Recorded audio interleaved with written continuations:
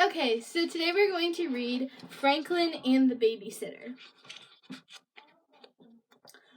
Franklin could count by twos and tie his shoes. He was old enough to walk to Bear's house and to the ice cream store on his own. But Franklin wasn't old enough to stay home all by himself. When his parents went out, Granny came to take care of him.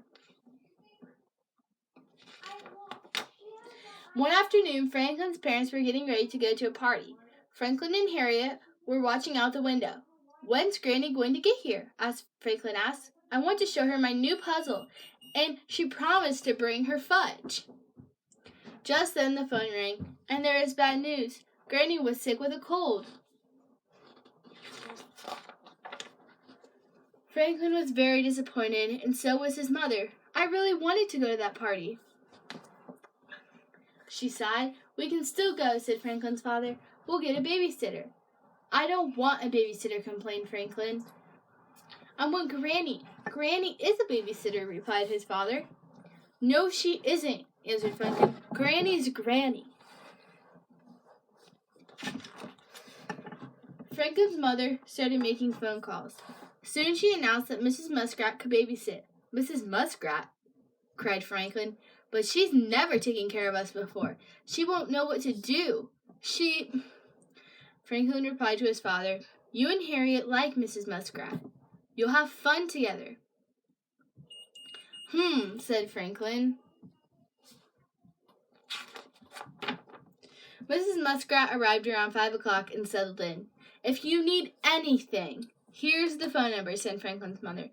"Don't worry about us," said Mrs. Muskrat, shooing Franklin's parents out the door. "We'll be just fine. Won't we, Franklin?" Franklin wasn't so sure.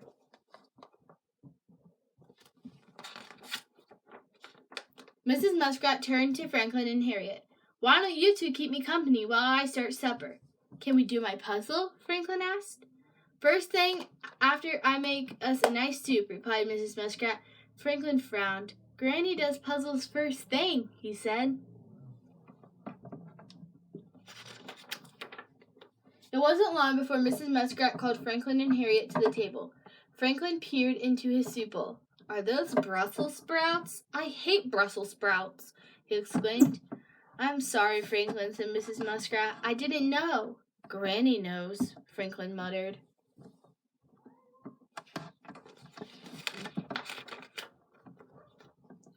When supper was finished, Mrs. Muskrat asked Franklin and Harriet what they would like for dessert. "Granny always brought us fudge," said Franklin. "Well, why don't we make some?" suggested Mrs. Muskrat. Franklin got out sugar, butter, and cocoa. Harriet got out pots and pans. Franklin cheered up a bit as the sweet smell filled the air.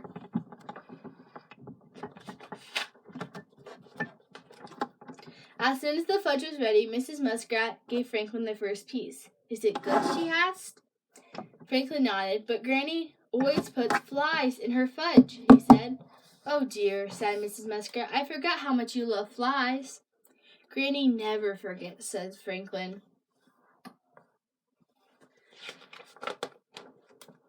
As Mrs. Muskrat was cleaning up the kitchen, Franklin turned on the radio. "Welcome to the Shadowland," said the announcer. Mrs. Muskrat frowned. "I think that show is a little too scary for a young turtle," she said. "No, it isn't," declared Franklin. Then he fibbed. "Granny lets me listen." Mrs. Muskrat sighed.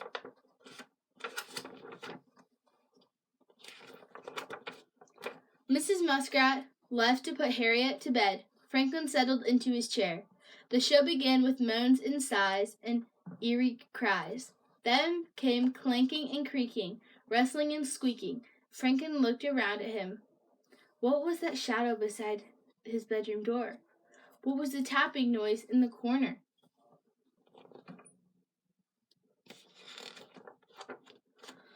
Mrs. Muskrat found Franklin shivering and shaking in his chair. She turned off the radio and held him on her lap.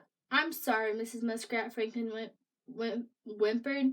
"Granny doesn't let me listen to Shadowland. Now I'm too scared to go to sleep." Franklin started to cry.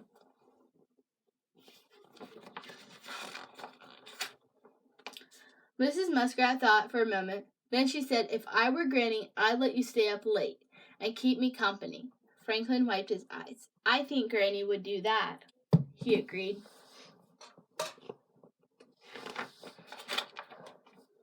When his parents came home, Franklin and Mrs. Muskrat were sipping hot chocolate in front of a glowing fire. They were on their second bowl of popcorn and their third puzzle.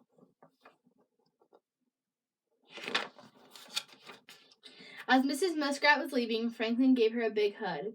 Granny's still my granny, he told her, but you're my favorite babysitter. So that book was Franklin and the Babysitter, and I hope you guys had fun reading. Bye!